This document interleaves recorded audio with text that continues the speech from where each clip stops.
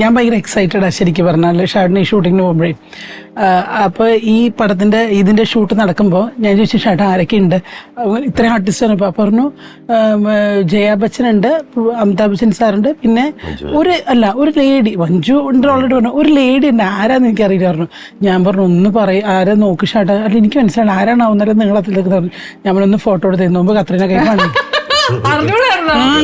ഇവരെ മേക്കപ്പില് വരുന്നതല്ല, അവര് വരുന്നതെന്ന് വെച്ചാൽ സാധാരണ ഒരു ചെറിയ പെൺകുട്ടി വരുന്ന പോലെ അങ്ങ് വന്ന ഒരു കറക്റ്റ് മേക്കപ്പിലല്ല. കൂടെ വരുന്നതൊക്കെ ഇംഗ്ലീഷ് മറ്റേ പുറത്തുനിന്നുള്ള ഫോറിനേഴ്സാണ്, എല്ലാം ടാറ്റു ഒക്കെ ചെയ്ത് കുറേ ആൾക്കാർ. അവരെ കണ്ടു കഴിഞ്ഞാൽ ആക്ടേഴ്സ് ബോഡി ഗാർഡ്സ്. പക്ഷെ ഇവര് റേഞ്ച് റോവറിൽ അവർ വന്ന് ഇറങ്ങുന്നു, ഒരു ലേഡി വന്നിരിക്കുന്നത്. അപ്പം ഞാൻ മോഡൽസ് പലരും ഉണ്ടാവുമല്ലോ. അപ്പോൾ ഇവരെ ഫോട്ടോ അയച്ചു. ഞാൻ അറിയില്ല ഏതൊരു പെണ്ണാണെന്ന് ഞാൻ നോക്കട്ടെ.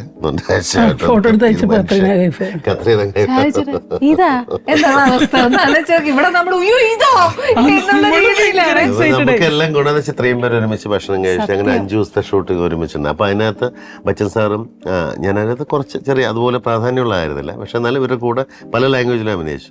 ബച്ചൻ സാറും ജയ ബച്ചനും ഈ ഗ്യാങ് എല്ലാം കൂടെ ഡാൻസ് ചെയ്യുന്നുണ്ടായിരുന്നു. ബച്ചൻ സാറിന്റെ പഴയ ഡാൻസ് ഇല്ലേ, എന്റെ കൂടെ നമ്മളെല്ലാവരും ഡാൻസ് ചെയ്യുന്നുള്ളതായിരുന്നു. പക്ഷെ അത് നല്ലൊരു എക്സ്പീരിയൻസ് അല്ലേ, അതും ഇത്രയും ആർട്ടിസ്റ്റിന്റെ കൂടെ ഒരുമിച്ച് നമുക്ക് കിട്ടുക എന്ന് പറയുന്ന ഒരു വലിയ ഭാഗ്യം തന്നെയാണ്.